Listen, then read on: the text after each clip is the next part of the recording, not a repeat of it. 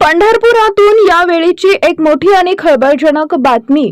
आमदार रोहित पवारांच्या कर्जमाफी आंदोलनानंतर पंढरपुरात राजकीय हाय व्होल्टेज ड्रामा सुरू झालाय। भाजप किसान मोर्चाच्या माऊली हळणवर यांनी आंदोलनाची जागा गोमूत्र आणि चंद्रभागेच्या पाण्याने धुवून पवित्र केल्याचा दावा केला होता। या पवित्र अपवित्र वादावरून आता राष्ट्रवादी काँग्रेस शरदचंद्र पवार पक्ष प्रचंड आक्रमक झालाय। शेतकऱ्यांचा देव असलेल्या विठ्ठलाच्या दारात शेतकऱ्यांसाठी आंदोलन करणं अपवित्र कसे असा संतप्त सवाल करत राष्ट्रवादीच्या पदाधिकाऱ्यांनी विरोधकांना थेट डुकराची उपमा दिली आहे। एवढंच नाही तर भाजपच्या वाचाळवीरांना आवर घालण्याची मागणी करत त्या भाजप नेत्याच्या प्रतिमेला थेट जोरे मारो आंदोलन करण्यात आलंय। या प्रकारामुळे विठ्ठल नगरी पंढरपुरात राजकीय वातावरण चांगलंच तापलंय। पाहूया राष्ट्रवादी काँग्रेस शरदचंद्र पवार पक्षाच्या पदाधिकाऱ्यांच्या संतप्त प्रतिक्रिया। आणि शेतकऱ्यांना सरसकट कर्जमाफी मिळावी म्हणून रोहितदादा पवार यांनी या छत्रपती शिवाजी महाराजांच्या शिवतीर्थावर एक आंदोलन आणि त्या आंदोलन गेल्या 3 दिवस केलं होतं। आणि त्या ठिकाणी महाराष्ट्रातले तमाम शेतकरी आलेले असताना, महाराष्ट्रातले तमाम शेतकरी नेते आलेले असताना, सर्वसामान्य नागरिक त्या ठिकाणी येत असताना या ठिकाणी भाजपच्या काही वाचाळवीरांनी काल गोमूत्र शिंपडून ती जागा पवित्र करण्याचा प्रयत्न केला। मुळात ज्यांनी ते गोमूत्र शिंपडले ते हात इतके अपवित्र आहेत की त्या नालायक माणूस हा काही झालं तरी जातीवर बरळतो, पवारांवर बरळतो, शेतकऱ्यांवर बरळतो। शेतकऱ्यांना कर्जमाफी मागणं हा काय गुन्हा आहे का? शेतकरी फक्त राष्ट्रवादी काँग्रेस पार्टी, काँग्रेस आणि शिवसेनेचे आहेत का? जी कर्जमाफी मिळणार आहे त्यात भारतीय जनता पार्टीचे शेतकरी नाहीत का?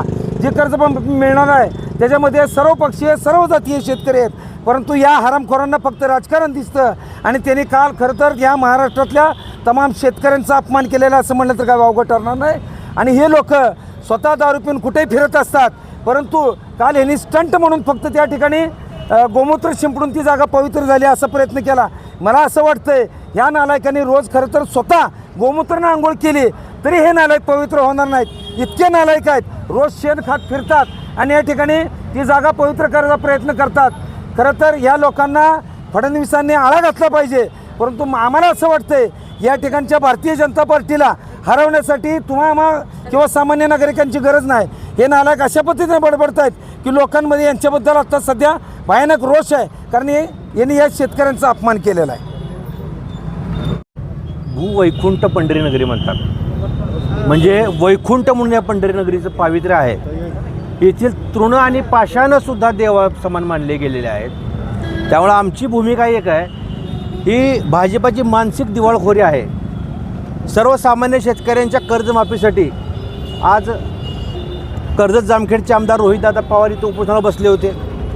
ते कुठल्याही राजकीय बॅनर त्यांच्या पाठीमागं नव्हतं, सर्वसामान्य शेतकऱ्यांसाठी उपोषणाला बसले होते।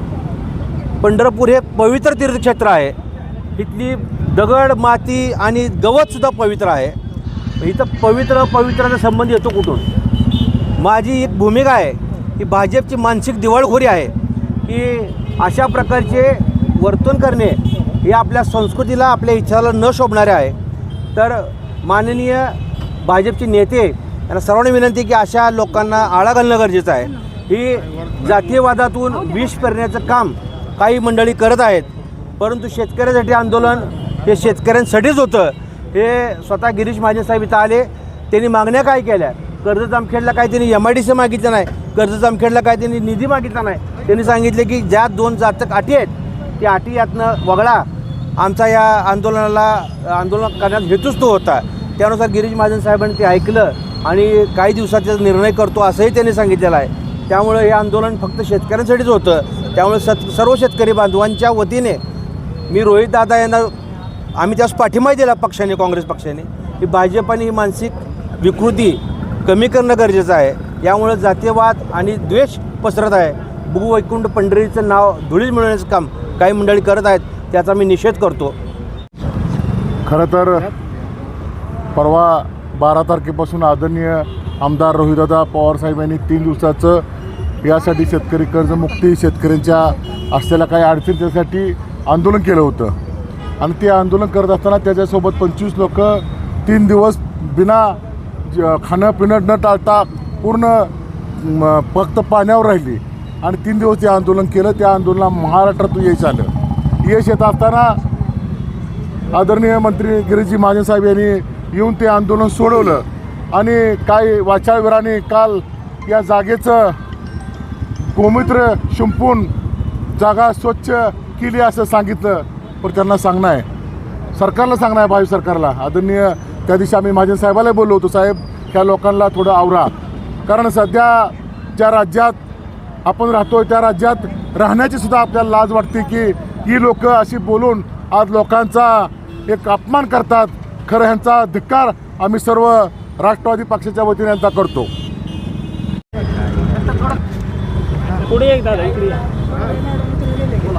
ज्या पद्धतीनं काल तुम्ही गोमूत्र शिंपडलं तेवढी तुमची लायकी आहे का ही पण तुम्ही पहिले तपासून पाहावं.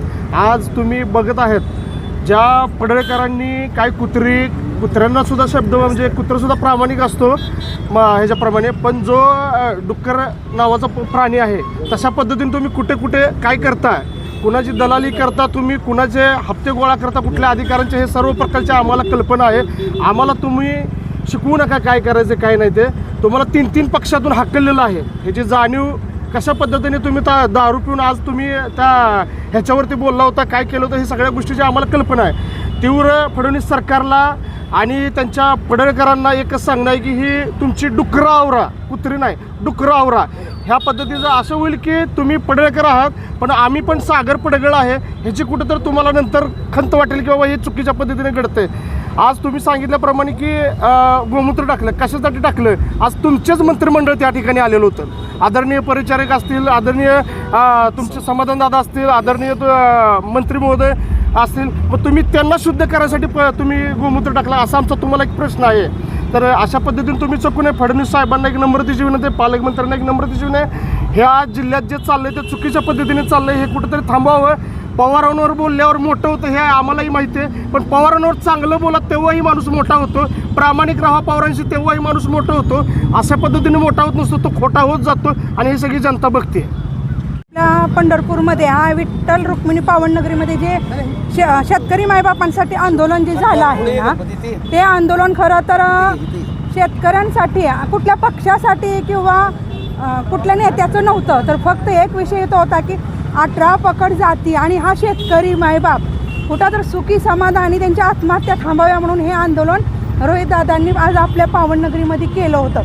आणि त्यांनी आंदोलन केल्यानंतर जे काही लोक स्वतःला भाजपचे चळवळीचे समजून आहे तर नेते समजायला लागलेत, कुठे मंत्री आमदार गोरेभाऊंसोबत, कुठं फडणवीस साहेबांसोबत फोटो काढून रील वगैरे करून त्यांना काय वाटायला लागलं की मी खासदार आणि आमदारच आहे.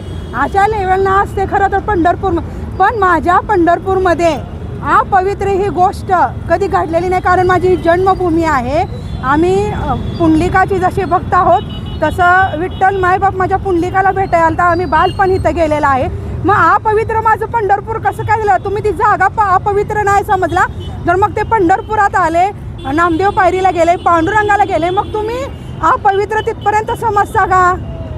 आज संविधानामधून बाबासाहेबांनी आज जे संविधान घडवलेलं आहे, म्हणजे की काही वर्षापूर्वी जे बाबासाहेब लहान होते त्यांनी ते सगळं दाखवलेलं आहे.